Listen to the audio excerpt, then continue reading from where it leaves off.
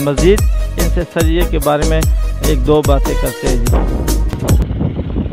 अस्सलाम वालेकुम, क्या हाल है हज़रात? खैरियत से हैं? ठीक ठाक। मेरा नाम असफंदियार है। गोदाम का नाम अलबरकत सरिया गोदाम है। हमारे यहाँ हर किस्म का सरिया मौजूद होता है। जिस भाई को भी सरिया चाहिए वो हमसे रब्ता कर सकते हैं। हमारे यहाँ ग्रेड का सरिया भी मौजूद है और 40 ग्रेड का भी मौजूद है और स्पेशल भी मौजूद है और कट पीस में भी मौजूद है। जिस भाई को चाहिए हो तो वो हमसे रब्ता कर सकते हैं। एक तो रब्ता नंबर अपना आप बता दें। मेरा रब्ता नंबर है 0310 56 23 221।